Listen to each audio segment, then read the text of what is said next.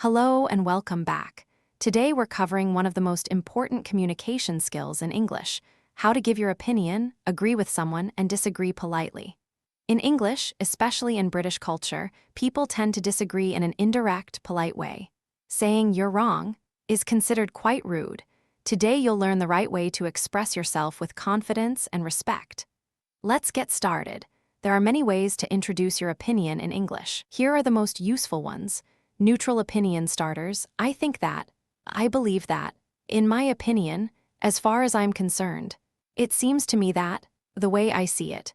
Stronger opinions: I'm absolutely convinced that, I strongly feel that, I'm quite certain that.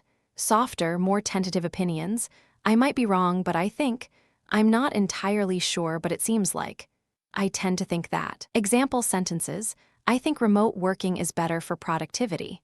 In my opinion, social media has done more harm than good. As far as I'm concerned, the environment should be our #1 priority. Now let's look at how to agree with someone. Strong agreement: absolutely, I couldn't agree more. Exactly, that's precisely what I think. You're completely right. That's a great point, I totally agree. I think so too. Partial agreement: you're right to a certain extent, but I agree with your main point, although that's partly true, but I also think.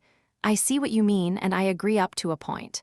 Agreeing politely when you don't fully agree: that's an interesting perspective. I can see where you're coming from. There's definitely some truth in that. These phrases are polite ways to acknowledge someone's opinion without fully committing to it. This is where English communication gets subtle. Disagreeing directly can feel rude, so we soften it. Polite disagreement: I'm not sure I agree with that. I take your point, but I think. With respect, I disagree. I see it slightly differently. That may be true, but on the other hand, I understand your point, but have you considered? Stronger disagreement: still polite: I'm afraid I have to disagree. I don't think that's entirely accurate. Actually, I'd argue the opposite. I think there's a flaw in that argument. What to avoid: you're wrong. Too direct: that's ridiculous. Rude: no, that's not right. Too blunt: instead, I'm not sure that's quite right, I think. Much more natural and polite. Now let's look at how to manage a discussion smoothly.